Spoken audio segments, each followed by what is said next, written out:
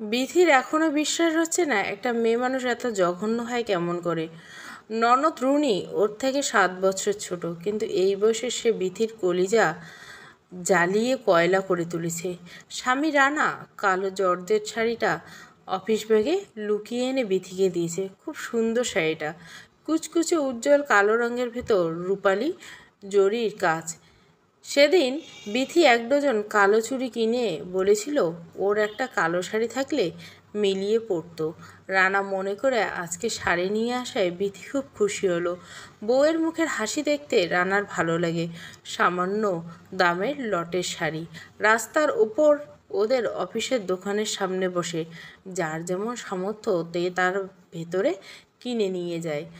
একটা কালো কাতান পছন্দ হয়েছিল রানা, দামে কুলোয়নি, 500 টাকা দিয়ে তাই এটা কিনেছে। বিথি শাড়িটা উল্টে পাল্টে বারবার দেখে। আয়নার সামনে গিয়ে গায়ে মেলে দেখে রানার দিকে ভালোবাসার দৃষ্টি মেলে। বউকে চুমু খেয়ে রানা গুনগুন করে গান গেয়ে গোসলে ঢুকে। বউটা তার ভালো, অল্পতে খুশি থাকতে জানে। বিথি ওঠা আলমারিতে তুলে রেখে দরজা আটকে চা বানাতে চায়। বিথির শাশুড়ি সুফিয়া বসে পান খাচ্ছে। একটু পরেই মহিলার বাতের ব্যথা উঠবে। ঠিক বিথি যখন চা নিয়ে রানার কাছে যেতে নেবে, রুনি এমন সময় আস্তে করে মায়ের কাছে বসলো। আম্মা, আমার কিন্তু পিকনিকের জন্য নতুন শাড়ি লাগবে। তোর ভাইয়েরে বল, ভাইয়া আমার জন্য কি শাড়ি আনবে? বিথির শাড়ি থেকে পড়ে যা, সে আমারে শাড়ি দিবে? সুফিয়া চোখ কটমাটিয়ে মেয়ের দিকে তাকায়। রুনি সামনে নিয়ে বলে, ভাবির সব নতুন শাড়ি, ও পরার আগে আমি পরবো? একটা শাড়ি পরলে কি শাড়ির কাপড় খসে যাবে? তুই বিথির আলমারি থেকে দেখে নিয়ে নেই। মা মেয়ের আলাপ রান্নাঘরে বিথি সব শুনতে পেয়েছে। ওর ঠিক মাথায় খেলো না। রুনি জায়গা মতো চাহিদা তুলে ফেলে কেমন করি। রুনি বসে বসে পায়ের নখ খুঁড়ছিল। বিথি চা রেখে চলে যায়। সুফিয়া ওকে ডাকলো। রুনি বলে, পিকনিকে শাড়ি পরা লাগবে। তোমার তো শাড়ির অভাব নাই, বিয়েতে সুটকেস ভরা শাড়ি পাইছো, ওরে একটা শাড়ি দেবো, আমি বেছে নিব।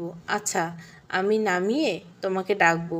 নামান লাগবো না, আলমারির চাবি দাও ভাবি, আমি নিব। বিথি চুপ করে নিঃশ্বাস ছাড়ে। তার আলমারিতে অন্যের হাত দেওয়া ভালো লাগে না। রানা আলমারিতে রাখে বিথির অন্তর্বাস, ওষুধ আছে ওখানে। রুনি মেয়ে হলেও বিথির কাছে বিষয়টা নোংরামি, কিন্তু সুফিয়ার মুখের উপর কথা বলতে গেলে বেয়াদবি হয়ে যাবে। তাও বিথি একবার মৃদু স্বরে বলে, আম্মা, আমার কাজ প্রায় শেষ, রুমে গিয়ে রুনিকে ডাকি। তোমার আলমারিতে কি মণিমুক্ত আছে, যেটা আমরা মেয়ে দেখলে সমস্যা? কিচ্ছু নেই আম্মা, আসো রুনি। বেহায়ের মতো রুনি হাসছে। বসার ঘরের সময় ভাইকে ব্যাগ থেকে শাড়ির প্যাকেটটা বের করে আবার ব্যাগে ঢোকাতে দেখেছে সে। এই বাসায় যা আসবে তার ভাগ আগে রুনির, এরপর বিথির। রানা প্রথমে তার ভাই।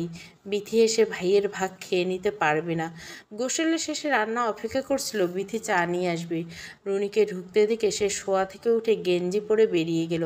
বিথি জানে এখন রানা বাইরে গিয়ে চা খাবে, দোকানে ওর বন্ধুরা আসবে। রানা আড্ডা দিতে বসে গেলে দুনিয়ার খবর থাকে না। সে বাসায় ফিরবে একেবারে খাবার আগে। তখন সুফিয়ার ঘরে বসে মায়ের খোঁজ খবর নিবে, খেয়ে সোজা বিছানায়। ঘুমের আগে আদর্শ আগে শেষে দুটো দরকারি কথা বলতে ইচ্ছে করে না। বাসার পাশে মনোহারী দোকানের মালিক রানার বাল্যবন্ধু রফিক। এইচএসসি পাশ করে বাবার দোকানে বসেছে। রানা বিসিএসসি করলো, রফিক আর পড়েনি। দোকানের পাশে একটা চায়ের দোকান চালায়। যারা সদাই করতে আসে তারা চা কিনে খেয়ে সিগারেট টেনে বাড়ি ফিরে। রফিক ডাবল ব্যবসা, কয়েক বছর জমজমাট। প্রথম বউটা বাচ্চা হতে গিয়ে মারা যাওয়ায় রফিক আর বিয়ে করেনি। রানা আজকে দোকানে বসে চা খেতে খেতে তাই নিয়ে কথা বলছিল। ভাবি নাই কত বছর, তুই আবার বিয়ে কর। বাচ্চা সহ কোনো মেয়ে বিয়ে বসতে চায় না। আমার অফিসে একটা ডিভোর্সি মেয়ে আছে। রফিক টাকা গোনা থামিয়ে রানার সাথে হাসে। তার মনের খায়েশ একটু কম বয়সী কুমারী মেয়ে বিয়ে করা। বাচ্চাকে পালতে পালতে মেয়ে সংসার বুঝবে। প্রথম বউ ছিল এলাকার গরিব ঘরের সুন্দরী। এবারে বিয়ে করে যা তা করলেও লোকের কাছে মুখ দেখানো যাবে না। কি কোষ, বিয়ে শাদি করতে হয় বয়স দেখে। তুই পছন্দ করে একদিন বিয়ে করে ফেললি, সুখে আছিস।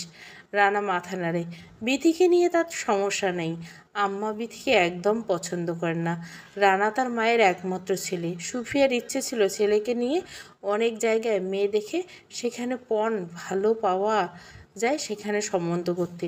রুনির সাথে বিথির খটমট লাগে। আম্মাকে নিয়েও তেমন কিছু বলে না। ওই তো একটা 10 পাস মেয়ে বিয়ে করলে আজকে তোর সুখ উপচয় পড়তো। বিয়ে করলে বিয়ে পাস মেয়ে। অনেক ভেবেছি দোস্ত। বাপরে কি ভাবছিস এত? একটা সময় পোলাপান হবে। আম্মা আমাদের প্রাইভেট টিচার রাখতে হিমশিম খেত। মা শিক্ষিত হলে পোলাপানে লেখাপড়া দেখে তাই অশান্তি ডাকলি? খালা আম্মার মুখ ভার করে থাকে। আম্মা আমার বিয়ে করা মানতেই পারে না। পারবে কেমনে? তোমার বউ তো তোমার থেকে শিক্ষিত। রানা আর এক কাপ চা খায়। তীব্র গরম। সুফিয়া তার বোনের বাসায় এসি দেখেছে। এসির হাফ টাকা দিয়েছে রানার খালাতো ভাইয়ের বউয়ের বাবা। আড়লে রানাকে এই নিয়ে সুফিয়া কথা শুনিয়ে দিল। রানা বিথিকে এসব নিয়ে কথা বলতে সুফিয়া মানা করলেও সুফিয়া থামবে না। রানা মাকে খুব খুশি, বেশি কিছু বলতে পারে না। বাবা মারা যাওয়ার পর সুফিয়া না খেয়ে ছেলেকে মানুষ করেছে। এখন সুখের মুখ দেখতে চাওয়া দোষের না। রফিক সে এটা সেটা আরও কথা বলতে থাকলো। রান্নার মাথায় এসির বিষয় ঘুরতে থাকে। বিথি সংসারে অনেক খাটে। রাতের বেলা গরমে মেয়েটা কষ্ট পায়। রান্না সারাদিন অফিসে এসিতে থাকে। রাতে এসিতে শুলে ঘুম ভালো হবে। রফিক দোকানে ওদের বন্ধুরা এসে জড়ো হলো। রানা আড্ডায় মেতে ওঠে। বাসাবাড়ির কথা আর তেমন মনে পড়ে না। মেয়ে লোকের কাজ ঝামেলা পাকানো। অফিসে থাকলে শান্তি। রফিক ভাবে ওভারটাইম করবি, তাতেও এসব ঝামেলা শুনতে হবে না। এসির জন্য টাকা জমানো যাবে। বিথি আলমারির চাবি পাচ্ছে না। রুনি চোখ সরু করে দেখছে। বিথি তোষক উল্টে পাল্টে দেখলো, ড্রয়ার দেখলো। তার স্পষ্ট মনে আছে আলমারি তালা দিয়ে চাবি টেবিলের উপর রেখে গেছে। থাক, তুমি এখন চাবি পাবে না ভাবি। না পাবো তো বসো তুমি, আমি আম্মার কাছ থেকে নিয়ে আসি। বিথি চোখ কপালে তুলে দাঁড়িয়েছে। এই আলমারিটা বিয়েতে ওকে বাড়ি থেকে দিয়েছে। দুটো চাবির একটা তার কাছে আছে আর একটা রানার বাইকের চাবির সাথে। সুফিয়ার কাছে চাবি যাবে কিভাবে? এটা রুনি বা সুফিয়া জিজ্ঞাসা করতে গেলে ঝগড়া শুরু করবে। বিথিকে আরও কথা শোনাবে। রানা আসুক, ওকে প্রশ্ন করবে বিথি। রুনি চাবি নিয়ে এসে বিথির হাতে দেওয়া রকার মনে করল না। নিজের আলমারি খুলে শাড়ি নিয়ে নিয়েছে। এই শাড়িটা নিলাম। রুনির হাতে কালো শাড়ি শক্ত করে আঁকড়ে রেখেছে। বিথি প্রায় টেনে ওটা নিয়ে নিল। এটা তোমার ভাই শখ করে এলো, আমি একবারও পরে তোমাকে দিব। ভাইয়া এনে কি বলছে? এটা শুধু তোমার ভাবি। আমার হাতে দিল যখন, তখন আমার জন্য এনেছে। বাপ রে বাপ, থাক, নাও তোমার শাড়ি। বিথি রুনিকে পেছন থেকে অনেকবার ডাকলো রুনি অন্য একটা শাড়ি নিক। বিথি এ বাড়ি থেকে বিয়েতে 6টা শাড়ি দিয়েছে। রুনি ওই 6টা শাড়ি 20 বার করে পরে ফেলেছে এর ভেতর। কোথাও দাওয়াতে গেলে বিথি তাই নতুন শাড়ি পরা হয় না। রুনি ছোট, রুনি রানার বোন, একটু আদুরে। বিথিকে এসব খেয়াল রাখতে হয়। রানাকে বলে সে চুপ করে শোনে। সুফিয়া বলতে যায় ঠিকই, কিন্তু মায়ের মুখের উপর কোনো কথা বলে তার ফলাফল নিজের কোটে আনতে পারে না। বিথি চায় না মা ছেলের ভিতরে সম্পর্ক খারাপ হোক। শুধু বিথির দিকটা ওরা একটু হলেও বুঝুক। দুপদাপ করে রুনি গিয়ে ঘরের দরজা বন্ধ করলে বিথির শাড়ি আলমারিতে তুলে রাখে। সুফিয়া একটু পরে চিৎকার দিয়ে ওকে ডাকে। বিছানায় শুয়ে শুয়ে চোখ বন্ধ করে কাঁদতে শুরু করে বিথি। সংসার করতে এসে এমন উটকো ঝামেলা প্রাণে না লাগা সাওয়া লাগে না। সংসারে মন দিয়ে ভালোবেসে করা যায়। যার সাথে এমন হয় সেই বুঝে। পৃথিবীর বাকি সবাই এখানে বিথিকে মন্দ বলবে। রুনির দোষ কেউ খুঁজতে আসবে না। টিনের চশমা পরে সংসারে সয়ে যেতে পারলেও ঘর টেকাতে পারবে বিথি? মায়ের কাছে ইনিয়ে বিনিয়ে কেঁদে সুফিয়া নামাজে বসছে। মেয়ের কান্না দেখে সে এখনই কিছু বলল না। রানার কান পদে পদে ভারী করা যাবে না। মেয়েকে নিয়ে ঝামেলাতে নিজে চুকাতে হবে। আবার নামাজ শুরু করলো। বিথির নামে একগাদা বিচার দিয়ে রুনি হাসতে হাসতে নিজের ঘরে এলো। আসুক ভাই আজকে। এই 2 দিনের মেহমান বিথি মনির দিমাগ যদি সে মাটির সাথে মিশে না দেয়, তার নাম রুনি না। ননদ রুনির হাসিটা কুর। রানা ভাই হয়ে বোঝে না, মা সুফিয়ার চোখে পড়ে না। বিথির কলিজায় গিয়ে আঘাত করে। রাত 10টায় রানা বাড়িতে ঢুকছে। ঘরের পরিবেশ চুপচাপ। সবার ঘরের দরজা ভেজানো, টেবিলের উপর খাবার ঢাকা। অনন্য দিন এ সময়ে খাবার টেবিলে সুফিয়া বসে থাকে। রুনি খায় জি বাংলা সিরিয়াল দেখে। রানার খুব অসহ্য লাগে এইসব সিরিয়াল। বাংলাদেশ ঘরে ঘরে অধিকাংশ কুটকাচালি হতো এইসব নাটকে। এখানে ঘরে ঘরে বিষ খাওয়ানো, পরকীয়া, এক বোনের স্বামীকে অন্য বোনে হাইজ্যাক করা দেখানো হয়। সাধারণত রান্না টিভি দেখে না, দেখলে নিউজ বা মিউজিক চ্যানেল, তাও ছুটির দিনে দুপুরে ভাত ঘুমের আগে। ঘরে যাওয়ার আগে দিয়া বিচার কইরে যা। সুফিয়া দরজা খুলে ছেলেকে ডাকলো। রানা ভেবে পায় না আবার কি হলো। ঘরটা জানতাম আমার, এখন দেখি ঘর তোর বউয়ের। বিতি তো এমন মেয়ে না আম্মা, যার লগে শো তার তো মজাই লাগে, বিষ টের পায় পরের ঝি। রানা মাথা নামিয়ে মাটিতে মিশে যায়। সুপিয়া রাগ ঢাক করে কথা বলে না। তাদের বাবার সম্পত্তি ভাগের সময় চাচাদের সামনে মাথায় কাপড় ছাড়াও কথা বলে সুপিয়া। এইবারে অংশ দাবি তুলে আদায় করে ছেড়েছেন। রানা তখন ছেলে হয়েও তেমন জোরালো আওয়াজ তুলতে পারেনি। রুনির অংশ চাচারা ছেলেরা নিতে চাইলেও সুফিয়া বেশ ঝগড়া করে নেই। সেই সুফিয়া ঘরের মালিকানা বিথিকে দিবে এমন হবার জো নেই। মা আগে না বউ আগে? আম্মা কি বলো না বলো, বোন আগে না বউ আগে? আরে বলবে তো কি হয়েছে, একটা কলা 3 ভাগ করে খাইয়েছি তোদের, মনে আছে আম্মা? এক থালায় ভাত মেখেছি, 1 লোকমা তোর, 1 লোকমা রুনির। আমার খাওয়ার পর তুমি খেয়েছো। এখন তাহলে ঘরের জিনিস আনলে এক পক্ষরে দিয়ে কি বুঝাইতে চাস? রানা হতভম্ব হয়েছে। সে এমন কি এনে বিথিকে দিয়েছে যাতে মা কষ্ট পায়? আমি বিধবা মানুষ, আমারে কিছু না দিলেও বোনটা তো কম বয়সী, রুনির যা লাগে সবই তো দেই আম্মা। হ্যাঁ, দিয়ে উদ্ধার করো। আম্মা কি লাগবে বলো, আমি কালকে এনে দিব। বউয়ের জন্য আসতো কাপড় আনতে পারো, বোনের জন্য একটা সুতা আনতে গেলে টাকার অভাব হয় রানা। সেই শাড়িটার জন্য এত কথা। বিথি কি এখনও শাড়িটা রেখে দিয়েছে? রুনিকে দিয়ে দিলেই তো ঝামেলা চুকে যায়। রানা আগামীকাল আর একটা শাড়ি এনে দিবে বউকে। রানা এদিক সেদিক তাকিয়ে বিথিকে খুঁজে। আশ্চর্য, বাইরের ঘরে এত শব্দ, বিথি একটু উকিয়ে দিল না? পিকনিকের জন্য মেয়ে তোমার বউয়ের কাছে শাড়ি চাইছে, তোমার বউ তারে শাড়ি দিবে না, সে আগে পরবে তারপর রুনি পাবে, এমন নিয়ম এই ঘরে চালু করা সে কে? আমি দেখতেছি আম্মা। আমি কিছু বলতাম না। রুনি ভাত খায় না, শুয়ে গেছে দেখে বললাম। তোর বউয়ের দেখি তাও খবর নেই, নিজে ঠিক ভাত তরকারি খায় ঘুমাই গেল। আমি তো শুধু একটা ব্রেড খাইলাম, আমার মেয়ে না খেয়ে রইল। বউ হয়ে সে একবারও সমাধান করলো না। বিথি, রানা চড়া গলায়। বন্ধ দরজার ভিতরে ঘুমন্ত বিথির কানে তা পৌঁছায় না। ওরে ডাকাডাকি করবা না, শাড়ি নিজে গিয়ে বোনরে দিয়ে আসো। জি আম্মা। তুমি হাত মুখ ধুয়ে আসো, আমার সাথে খাও। রানা অপরাধীর মুখে ঘরের দরজা খুলে। বিছানায় লেপ্টে ঘুমিয়ে আছে বিথি। ওকে দেখে মায়া লাগে, আবার কেমন একটা বিরক্তি বোধ হয়। 500 টাকার শাড়ির জন্য ঘরের পরিবেশ নষ্ট করে ঠিকই ঘুমিয়ে গেছে। সুফিয়া বা রুনির দুঃখ বোঝা উচিত ছিল বিথির। সব কিছু রানাকে এসে ম্যানেজ করতে হবে কেন? বিথি এবাড়ির বউ, ঘরের ঝামেলা স্বামীর কারণ পর্যন্ত পৌঁছানোর দরকার কি? আলমারি আস্তে করে খুললেও শব্দ হয়ে গেল। বিথি জাগেনি। রান্না শাড়ির প্যাকেট বের করে রুনির ঘরে যায়। রুনি জেগে আছে। মা ভাইয়ের সব কথা মন দিয়ে শুনে চোখে পানি এনে তৈরি হয়েছিল। রানা আস্তেই কাঁদতে শুরু করলো। তোর ভাবির কথায় মন খারাপ করিস না। নিরত্ত রুনি হু হু করে কাঁদে। রানা বোনের মাথায় হাত বলে, আহারে বোনটা ছোট মানুষ, অল্প একটু শখ, ভাবির নতুন শাড়ি পরে ঘুরবে। বিথির এভাবে দুঃখ দেওয়া একদম উচিত হয়নি। লাগবে না শাড়ি, আমি পিকনিক যাব না, আমি এসে দিলাম, এরপর আর না কথা বলিস না, আম্মা রাগ করবে। তোমার বউ রাগ করবে না? আমাকে যে কথা শোনালো ওর শাড়ি ও আগে পরবে, আমি তো কেউ না, মেহমান এই বাড়ির।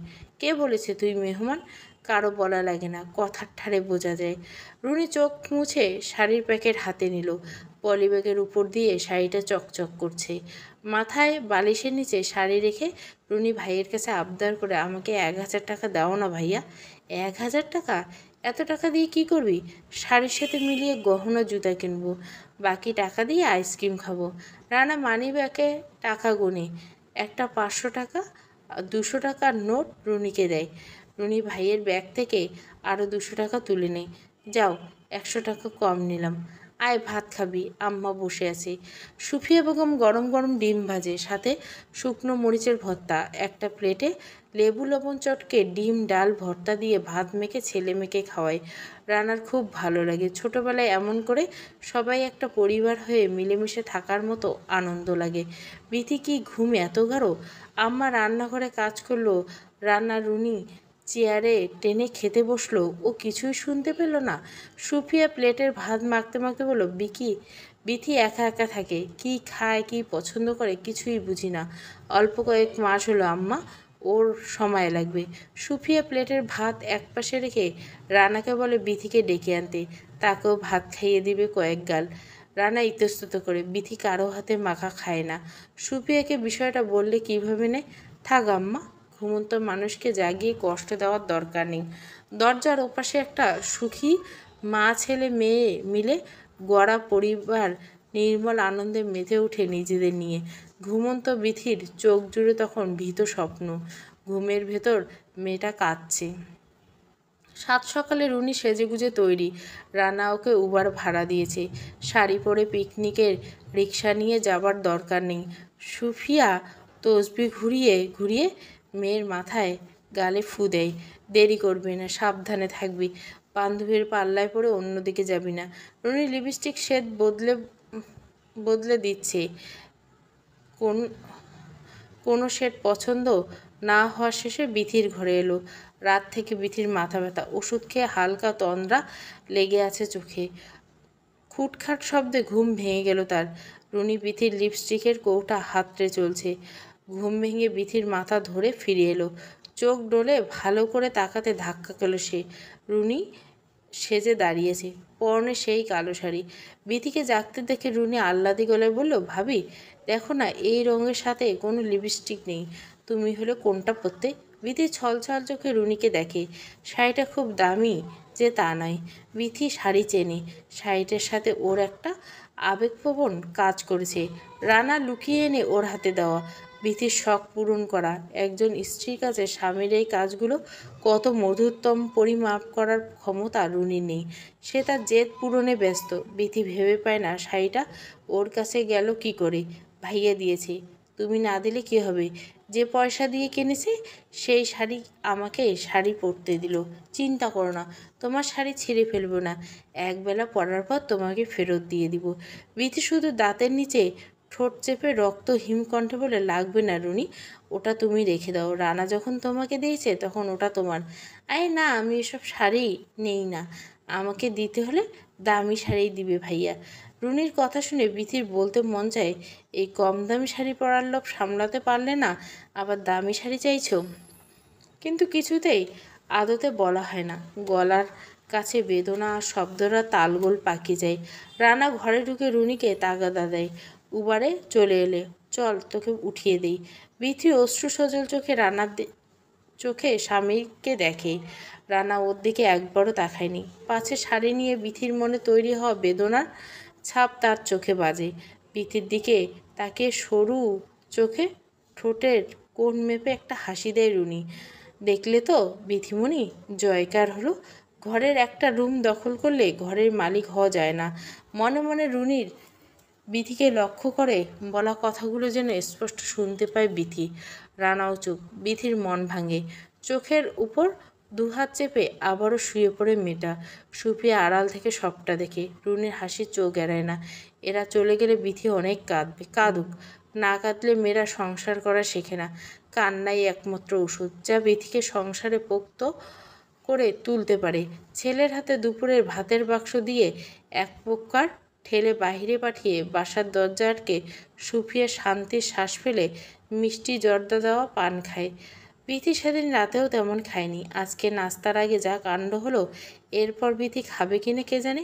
সুফিয়া নিজের জন্য নাস্তা নেয়, রুটি, ডিম সিদ্ধ, দুধ। একটু পর তার বোন কানাডা থেকে ফোন করবে। এই বোনটা তার আপন নয়, দূরের আত্মীয়। রুনিকে ছেলের বউ করে নিতে চায়। সুফিয়া আজকে ঠিক করে রেখেছে সে কিছু শ্যাম্পু আর লোশন চাইবে। যদি পাঠায় তাহলে রুনিকে দিয়ে ছেলের সাথে আলাপ জমাবে। আয়েশ করে রুটি দুধ খেতে খেতে সুফিয়া ভাবে, মানুষের সব কিছু তার ব্যবহারের উপর নির্ভরশীল। যেমন বিথি, ও স্বাভাবিক শাড়ির বিষয়টা নিতে পারে না। বুদ্ধিমতী হলে রানাকে দিয়ে আর একটা শাড়ি কেনাতো। স্বামী এবার স্ত্রীকে আদর ফেলতে পারে নাকি? আর গলে গেলেও নিজের ছেলেকে চেনে সুফিয়া। রানা হাজার কথা বকুক, পরিবারের সিদ্ধান্তের বিষয়ে সুফিয়ার মত প্রথমে। বিথি দরজার কাছে এসেও চলে যায়। সুফিয়ার ওই মিষ্টি জর্দার গন্ধে তার বমি ঠেলে আসে। বিছানায় শুয়ে আবার কাঁদতে কাঁদতে দিবাস্বপ্ন দেখে বিথি। ইস, যদি তার একটা নিজস্ব ঘর থাকতো। অদ্ভুতভাবে ছেলের বউ বিথির দিকে তাকিয়েছে সুফিয়া। রানা গতকাল একটা 3.5 কেজি ওজনের কাতলা মাছ এনেছে। মাছের মাথাটা মুগ ডাল ও শুকনো বড়ি দিয়ে কষিয়ে ঝোল করেছে বিথি। সুফিয়া গোসলের আগে তরকারি দেখে গেছে। ফিরে এসে ছেলের বউয়ের প্লেটে মাথার আধ ভাঙা টুকরো দেখে তার বিশ্বাস হলো না। খাবার নেওয়ার আগে কাউকে জিজ্ঞাসা করবো তো? বিথি খাওয়া থামায়। রানা মাছ কিনে নিয়ে এসে ওকে বলেছে রান্না হলে মাথার অর্ধেক খেতে। গত শুক্রবার মাওঘাটে ওরা সবাই মিলে বেড়াতে গেছে। ইলিশ মাছের মাথা তাড়াতাড়িয়ে খোলো রুনি। সুফিয়া চোখ রাঙানির ভয়ে রানা বউকে আলাদা করে মাথা কিনে দিতে পারেনি। বেতন পেয়ে তাই মাছ কিনেছে আগে। কি লোলা তোমার, বাপ রে বাপ। বিথি এবারও চুপ। আস্তে ধীরে মাথার মগজ শুষে গেছে। সুফিয়া এবার টান দিয়ে ভাতের থালা সরিয়ে নেয় বিথির সামনে থেকে। আম্মা, আমার খাওয়া শেষ, প্লেট দিন, ধোবো। তোমার কি এক কণা লাজ শরম নেই? রানা খেতে বলেছে, আপনি কিছু বললে ওকে বলেন, আমাকে বলে লাভ নেই। সুফিয়া বিড়বিড় করে। রুনির পিকনিক থেকে আসার পর থেকে বিথি কেমন উদ্ভট আচরণ শুরু করছে। মেয়েটা হাসতে হাসতে বাসায় ঢুকে এই কালনাগিনীর জন্য কাঁদল সেদিন। বিথির ঘরে শাড়ি ফেরত দিতে গিয়েছিল রুনি। বিথির শাড়ি হাতে নিয়ে আঁচল থেকে মাঝ বরাবর কেটে অর্ধেকটা রেখে বাকি অর্ধেকটা রুনিকে দিয়েছে। শাড়ি দিয়ে নাকি ওড়না বানাবে। এতে সুন্দর শাড়ি তুই পরবি না? ভালো কথা, মেয়েকে দিয়ে দে। মেয়েটার সামনে এভাবে কেটে ফেলবে? বিথি বসে আচার খায়। সুফিয়া তাকে গালি দিচ্ছে, সে জানে, বোঝে, কিন্তু চুপ করে কেঁদে বিছানায় শুয়ে থাকলে এরা কোনোদিন তাকে মারতে পারে। রানার তরফ থেকে কোনো প্রতিবাদ আসবে না। বিথি তাই যতটুকু শুয়ে থাকা যায় থাকবে। রুনির সাথে বাড়াবাড়ি করছো দেখো, ভাইবো না আমার সাথেও পার পাবা। আমি আপনার শত্রু না, তুমি আমার বন্ধুও না বিথি। ঠিক আম্মা, আমি আপনার ছেলে বউ, মেয়ে না। আমি আলাদা, পর, তাই আমার জিনিস থাকতে পারবে না? সংসার নিজের আবার জিনিস কি? আপনার রুম আছে, রুনির রুম আছে, আমার রুম নেই। রুনির নিজের কাপড় আছে, আমার নিজের কোনো কাপড় নেই। আপনারা রুনির পছন্দ হলে নিয়ে যাবেন, খাবার খেতে হলে প্লেট সরিয়ে নেবেন। আমি কি আপনার সাথে এমন কিছু করি? তোমার মন এত ছোট কেন? আমি কি তোমারে খেতে মানা করছি? তোমার স্বামীর জন্য রাখবা। শাড়ি একটা ছোট বোনের মতো ননদ পড়ছে। আমি একদিন না 2 দিন গিয়ে তোমাদের ঘরের ফ্লোরে মাদুর বিছায় শুয়েছি। তোমার আগুন লাগছে তাতে। আগুন লাগে নেই আম্মা। আপনি একবার ভাবেন, আপনার রুনির সাথে এমন করলে কি করতেন? আমার রুনিরে আমি আস্ত ফ্ল্যাট দিয়ে বিয়ে দিব। ওর সাথে নিজের মিলাবানা বিথি। আমার ছেলেমেয়েরা আমি কত কষ্ট করে মানুষ করছি, দুনিয়ার কেউ করে নেই। তাই আপনি ছেলের সাথে বউকে সহ্য করতে পারেন না। সুফিয়া তেড়ে এসে বিথির গায়ে ধাক্কা মারে। হকচকিত বিথি সামলে নিতে নিতে হাতের ঠেলায় কাছের গ্লাস পড়ে চুমমার শব্দ ঘটনায় দুজনে স্তম্ভিত। সুফিয়া বিথিকে কাজ সরাতে বলে চলে যায়। মেঝেতে ছোটানো টুকরোগুলো পাশে মাথায় হাত দিয়ে বসে পড়ে বিথি। সুফিয়া তাকে প্রচণ্ড জোরে ধাক্কা দিয়েছে। রুনি বাসায় নেই। এই ঘটনা কাজের মেয়ের সামনে ঘটলে সারা পাড়ায় রটে বেড়াতো। একটা কাচের টুকরো বিথির হাত কেটে গেল।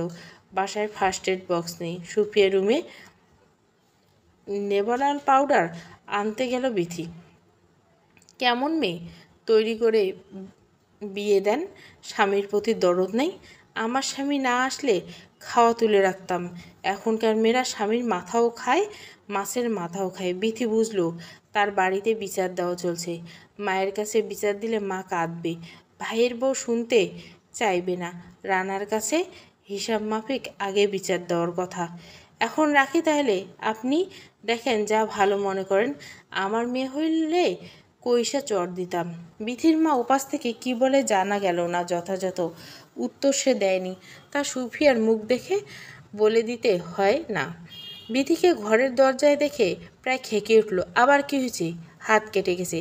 সুফিয়া আবার দৌড়ে স্যাভলন দিয়ে কাটা জায়গা পরিষ্কার করে ওষুধ লাগিয়ে দেয়। বিথিকে গায়ে মাথায় হাত বুলিয়ে বলে, তোমার বয়সে আমার কোলে রানা, ঘর সংসার করে আবার সেলাই করি। রানার বাবার চাকরির বাদে ইনকাম নেই। কত কষ্টের দিন গেছে, ছেলেরা ভালো কিছু খাওয়াইতে পারিনি। তাই এখন চাই পোলাপান ভালো থাক। তুমি মন খারাপ করো না। বিধি কিছু বলতে পারে না। সুফিয়াকে তার এখন খারাপ লাগছে না। মহিলার জীবন খারাপ গেছে, তাই মুখের ভাষা ও ব্যবহারের পরিবর্তন এসেছে। কিন্তু রুনিকে শাসন করার দরকার ছিল। রানা ফিরে মায়ের ঘরে যায়। সুফিয়া পান নিয়ে বসেছিল। বিথি চা বিস্কুট রেখে গেল সুফিয়ার ঘরের দরজা বন্ধ করে। আগামীকাল থেকে আগে নিজের ঘরে যাবি, বউয়ের সাথে কথা বলবি, আমার এখানে আসার দরকার নেই। চা ছলকে হাতে পড়তে পড়তে সামনে নেয় রানা। সুফিয়া কথা বলার অর্থ বোধগম্য হয় না। সুফিয়া আবার ঘরের দরজা খুলে দিয়ে বলল, এখন যা, আমি শুভ। তোর বউকে সারাদিন চোখে চোখে রাখি, তাও তার হাত পা কাটে। এত বড় মেয়ে, লোকে শরীর যে এমন তুলার বস্তা জানা ছিল না। ওষুধ লাগিয়ে দিলাম, সামান্য ধন্যবাদ দিতে কষ্ট হয়। তুই আবার কিছু বলতে যাস না। বিথে আদতে কল্পনা করেনি রুনি ওকে কী পরিমাণ বিরক্ত করতে পারে। গানের স্কুলে গান শিখতে যায় রুনি। সেখানে যাবার আগে নিজের ঘরে মোটামুটি এলোমেলো করে রাখে। কেউ ওর রুমে ঢুকলে ভাববে সকাল থেকে এ ঘরে ঝাঁটা পড়েনি, সকাল থেকে কাজের বুয়া আসেনি। তাই বিথি পালা করে ঘরদোর পরিষ্কার শেষে চাল ডালে খিচুড়ি ডিম ভেজে দুপুরে রান্না শেষ করছে। বেসিনে বিস্তর থালাবাটি বোঝাই, জরুরি প্লেট বাটি ধুয়ে এবার বিছানায় গা এলায়। একটু চোখ না বুঝলে ও বেলার জন্য কিছু রাত্রে শরীর খারাপ লাগবে। অন্যদিকে রান্না আর পরে ফেরে না। আজকে ফিরে চা নিয়ে এলো রুনির রুমে। বোনের ঘরে সুরত দেখে খুব কষ্ট পেল। সুফিয়াকে বলতে সুফিয়ার চোখের উপর কাপড় টানে। ছোট মানুষ, অত কি আর রয়ে শয়ে কাজ কাম করে? এই বয়সে তুই আমার দুঃখ কষ্ট বুঝতি? ওরে তো আর এত অভাব দেখায়নি। তুই কামাই করা শুরু করলি, মেয়ে মানুষ, আজকে আছে কালকে নেই। বাপের ঘরে আরাম না করলে পরের ঘরে গিয়ে সেই বান্দিগিরি করতে পারে। আম্মা, তুমি আমি জানতে চাইলাম কি, তুমি বলো কি? কি আর বলি, তোর বউ নিজের বিছানা ঝাড়ে, রুনির বিছানায় হাত দেয় না। ভালো কথা, হাত না দিক। রুনিরে ডাক দিয়ে দেখায় দিতে পারে, তাও করবে না। ও তো বিয়াত্তা মেয়ে। রুনির কি আর অত বুঝ আছে? বুয়া আসেনি। ছোট লোকদের কথা বলিস না। ঘরের লোক দিয়ে ঠিকমতো কাজ করে না। আবার ছোট লোকের বাচ্চাদের কাজ নিয়ে বলতাম। বিথিরে নিয়ে তোমার ঝামেলা হয় আম্মা? ঝামেলা না, মেয়েটা আমাদের আপন ভাবে না। সংসারে নিজের কাম পরের কাম টোকায়, এমন করলে সংসার হয়? রানা কিছু বলে না। বিথির কপালে গিয়ে হাত রাখে, টের পায় না বিথি। চা বানিয়ে টেবিলে ঢাকা দিয়ে মনে হয় ঘুমাতে এসেছে। রানা আস্তে আস্তে বিথি স্ত্রীকে ডাকে। বিথি ঘুমিয়ে অল্প সময়ে কাঁচা ঘুম ভাঙে, চট করে মাথা ধরে গেল। রানা এসেছে দেখে উঠে বসে হাই তুলল সে। কখন এলে? আমাকে ডাকোনি? তুমি যেমন করে ঘুমাচ্ছ, রাতে ঘুম হয়নি? কাজের প্রেশার গেছে, বুয়া আসেনি। শহরে আসা তোমার বাবার বাসায় কি প্রতিদিন বুয়া আসে? বিধি বুঝতে পারে না রানা হঠাৎ এই বিষয়ে শ্বশুরবাড়ির উদাহরণ টানল কেন। নাস্তা খাবে? মুড়ি খেলাম। তুমি পারলে রুনির রুমটা গুছিয়ে রাখো। বিথি ধা করে মেজাজ খারাপ হয়ে গেল। রুনির রুম সকালে গুছিয়ে ঝেড়ে মোছা হয়েছে। মপার দিয়ে মুছতে গিয়ে সুফি একগাদা কথা শোনালো। মোছা ঘরে রুনি ইচ্ছে করে ঝোল ফেলে আবার মুছতে হলো বিথিকে। রুনি ঘর রুনি গোছাবে, বিথি কেন? রুনি কলেজ শেষ করলো, একদম বাচ্চা মেয়ে রানারা জানি, আসলে আমাদের সবার আদরে, তাই ওর সব ভুলভাল কাজের ঠেকা আমার। বিছানা টান দিতে আমিও পারি বিথি, তাহলে টান দিয়ে আসো। ঘরের মধ্যে মেলি কাপড় চোপড় আছে, আমি ভাই হয়ে পুরুষ মানুষ, এভাবে ধরা ঠিক হবে না। তুমি আপন রক্তের কাপড় ধরতে পারবে না? আমি মহিলা, পরের ঘরের মেয়ে, তাই আমার ধরা জায়েজ। তুমি আজকাল খুব বেশি কথা বলো বিথি। হক কথা বললে সবার কাছে বেশি কথা লাগে, তোমার মায়ের কাছে লাগে, তোমার কাছেও লাগে। আমার আম্মাকে নিয়ে কি শুরু করলা? আমি কিছু করিনি, ওনারা মা মেয়ে সারাদিন আমার সাথে যা করে। তোমার কাছে এসব ডাল ভাতের গল্প, আবদারের কথা। এক কথা থাকলে এমন দু চারটে কথা হয়। এটা নতুন কি? আমি নতুন, আমার সংসারটা নতুন। আমি এসেছি তোমার আম্মার সংসারে, এখানে আমার কাজ না করলেও শত কথা শুনতে হয়। কাজ করো না, নিজের ঘরে কাজ করলেও যদি হাত খসে যায়, তোমার বিয়ে করার দরকার ছিল না। নিজের কাজ করতে আমার ক্লান্তি নেই, কিন্তু তোমার দামড়া বোনের কাজ আমি 100 বার করতে পারবো না। রানা রেগে গিয়ে চিৎকার করে। বিথিকে সুফিয়া খুব আদর করে না, এটা সে বোঝে, তাই বলে অফিস খাটুনির শেষে ঘরে ফিরে বউকে একটু সামান্য কথার জেরে এত কথা শুনতে তার পুরুষত্বায় বাঁধে। রুনি ঘরের কাজ করতে 4-5 মিনিট লাগবে, বিথি গেলে সেও পেছন পেছন যেত। তুমি যাও, গিয়ে রুনির ঘর গুছিয়ে আমাকে আর 1 কাপ চা দাও, আমি আম্মার রুমে আছি। বিথিকে কিছু বলার সুযোগ দেয় না রানা, দরজা দিয়ে বের হয়ে যাওয়ার আগে আঙ্গুল তুলে কথা বলে। আর হ্যাঁ, যদি রুনির রুম গোছাতে কষ্ট লাগে, তাহলে আগামীকাল থেকে এই সংসারের কোনো কাজে তুমি হাত দেবে না। পুতুল সেজে বিছানায় শুয়ে বসে থাকবে। শুধু এই সংসার কেন, আমার কোনো কাজও তোমার করতে হবে না। বিথি বিছানায় বসে থাকে। রানা যা বলে গেল তার মাথার উপর দিয়ে গেল। রুনি তার ননদ, রানা তার স্বামী। ননদের কাজ না করলে যদি স্বামী তার অস্তিত্ব অস্বীকার করতে চায়, তাহলে বিথির কাছে এই ভয়ানক অভিযোগ খণ্ডানোর সমাধান কি? এবার আর হু হু করে কেঁদে নিজের একার সংসারের কথা ভাবে না বিথি। যে মানুষকে নিয়ে ঘর বেঁধে সংসার সাজাবে, সেই মানুষটা তো আদতে আপন হয়নি। কার ভরসায় ঘরের মায়া তৈরি করবে বিথি? এখানে সে কে? এই সংসারে তার পরিচয় কি হলেও তবে রানার স্ত্রী, যে সকালে ফরমাইশ খেটে দিনের শেষে স্বামীর কাছেও দোষী, নাকি রানার বাধ্যগত সহধর্মিণী, যে এখনই গিয়ে রুনির ঘর গুছিয়ে বুকে পাথর চেপে হাসি মুখে রানাকে চায়ের কাপ এগিয়ে দিবে? স্থানুবোধ বিথি আকাশের দিকে তাকায়। গাঢ় কালো আধারে ঘনিয়ে রাত এসেছে ধরায়। আকাশ বাতাস কাঁপিয়ে ঝড় আসবে হয়তো। বিথির বুকের ভেতর বাঁশপাতা কাঁপন শুরু হয়েছে। বাহিরে ঝড়ে ইটের কাঠের ঘর নড়বড়ে। ঘরের ভিতরে নোংরা মানুষের তৈরি করা ঝড়ে বিথির নিজের ছোট্ট ঘরটি টিকতে পারবে কতদিন? রুনি অস্থিরভাবে বিথির ব্যাগে টাকা খুঁজছে। আজ সকালে রানা বিথিকে 8,000 টাকা দিয়েছে বাসার বাজার করার জন্য। রুনি চাইলে টাকা, রানা বলল আগে সংসার খরচ দিতেই। এই মাসে টাকা লোনের টাকা দিতে হবে তোর নামে। রুনি জানে ওর জন্য শিক্ষা বিমার টাকা রানা বহন করে। বিথি টাকাটা কোথায় লুকোলো রুনি ভেবে পায় না। ব্যাগের কাগজপত্র এলোমেলো করার সময় ঠক করে হাতে একটা শক্ত বস্তু থেকে রুনি হাতে নিয়ে দেখে, চোখ কপালে উঠল। এটা মায়ের কাছে দিতে হয়। ব্যাগের জিনিসপত্র আবার গুছিয়ে রুনি চলে এসে সুফিয়ার ঘরে। বিথি সুফিয়াকে দুপুরে রান্না কী হবে জানতে এসেছে। রুনি চট করে হাতের জিনিসটা লুকিয়ে ফেলো। ভাবি, তোমার কাছে 1,000 টাকা হবে? আমি কালকে দিয়ে দেবো। তুমি কোথা থেকে দেবে? আমাদের কলেজের মেলা স্টলে সামলাতে মেয়ে নেবে, ওরা আগাম 1 সপ্তাহ টাকা দিবে। ও আগাম টাকা দেয় জানতাম না তো। টাকা নেই, আমি চাল ডালের বাজার করেছি, বিকাশ দিয়ে পেমেন্ট করলাম। সুপ্রিয়া তসবি চালানো থামায়। এখনকার মেয়েরা কুড়ের বাসা। রানাকে নিয়ে বাজারে গিয়ে পাল্লা ধরে বাজার করে আনা হয়েছে ছেলে চাকরি পাওয়ার পর। জীবনে তেল নুনের হিসাব করা সময় শেষ হলেও টাকা পয়সার হিসাব করতে হয় আমৃত্যু। দুটো পা নিয়ে হেঁটে বাজারে গেলে কি হতো? আমার শরীর ভালো না আম্মা, পিরিয়ড হয়েছে ভাবি? রুনির প্রশ্নের উত্তর দিতে গিয়ে বিথি দেখল রুনির চোখ কেমন চকচক করছে। তাচ্ছিল্য, না বমি পাচ্ছে, গ্যাস্ট্রিকের সমস্যা। ডাক্তারের কাছে যাইও আবার। তোমার তো ফাঁক পাইলে দৌড়ো। এক গাদা পয়সা দিয়ে টেস্ট করা ওষুধ আনো গ্যাসের। আম্মা আমি ওষুধ খেয়েছি, একটু ঘুমালেই ঠিক হয়ে যাবে। হ্যাঁ ঘুমাও, যাও, শাশুড়ি সংসার করতে আসছো, না ঘুমালে হয়? রান্না শেষ হোক, ছোটো মাছ রাঁধবো। রুনি বাচ্চাদের মতো নাক ছিটকায়। ছোটো মাছ ভুনা করে মচমচে বানাতে হবে, তবেই তার খেয়ে ভালো লাগে। আমার জন্য ডিম ভুনা করো ভাবি, ছোটো মাছ আমি খাই না। করলাম, আর কি খাবে? ভাবি তুমি ফান করছো? প্রীতি দীর্ঘশ্বাস ফেলে চুপ থাকে। রানার কাছে সে গতকাল একটা আলাদা সংসারের আবেদন করেছে।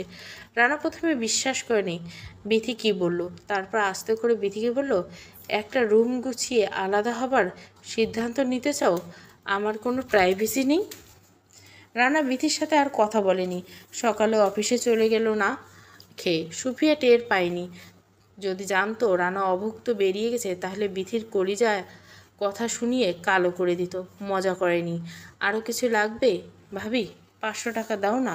আমার কাছে নেই রুনি, তোমার ভাই যা টাকা দিয়েছে সব অনলাইনে বাজার বিল এসব দিয়ে শেষ।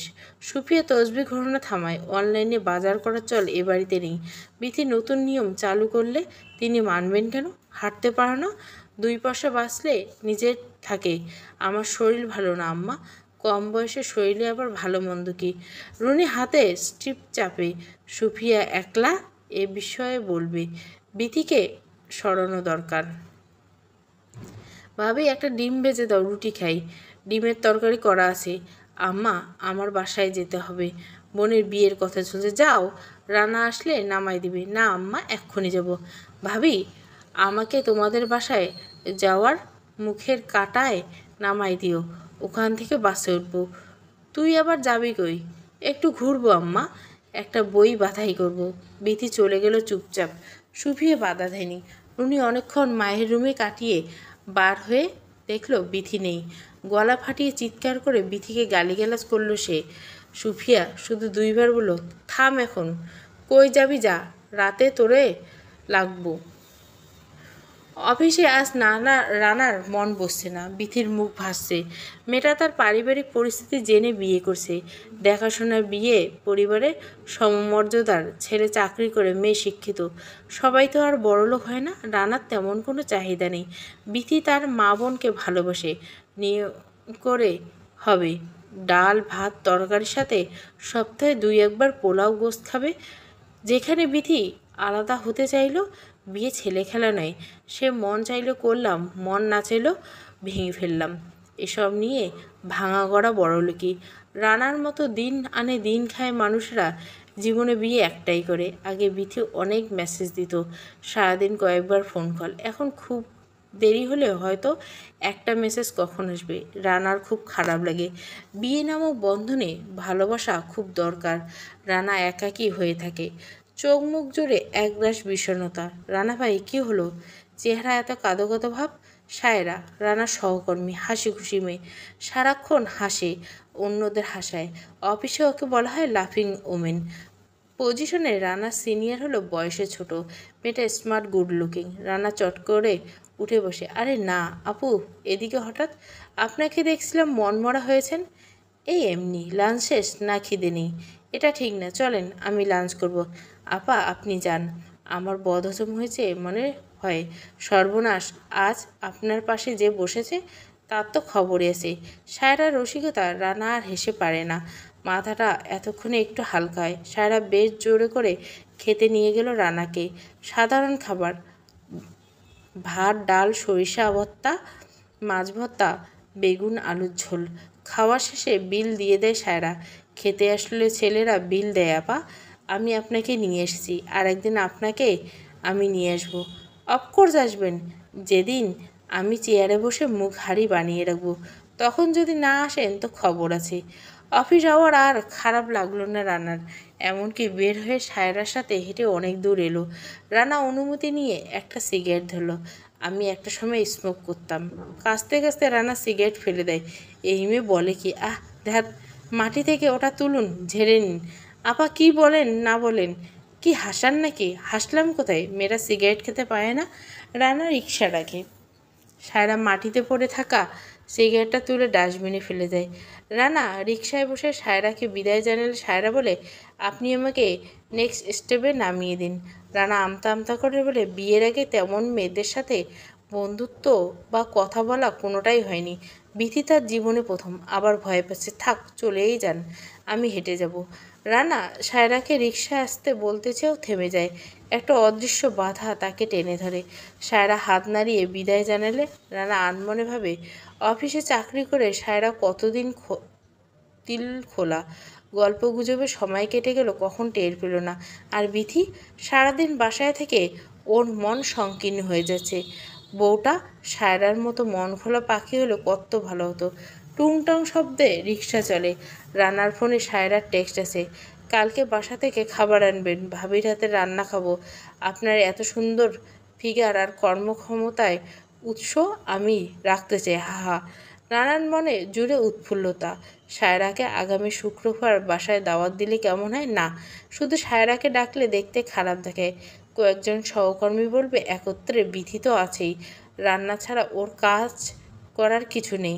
এমনকি কয়েকজন আতিথেয়তা করা এমন কোনো কঠিন কাজ না। রানা সাহায্য করলো। সায়রা মেসেজটা বারবার পড়ে। রানা এমন একটা মেসেজ যে কিনা বিথি তাকে আজ দিত। ননদ কাটা, প্রথম পর্ব। 15 বছর বয়সী মা, প্রণয়ের সুর আর ননদ কাটা সিকোয়েন্সালি চলবে। গল্পটা ভালো লাগলে অবশ্যই লাইক, শেয়ার এবং সাবস্ক্রাইব করবেন। Thank you for watching.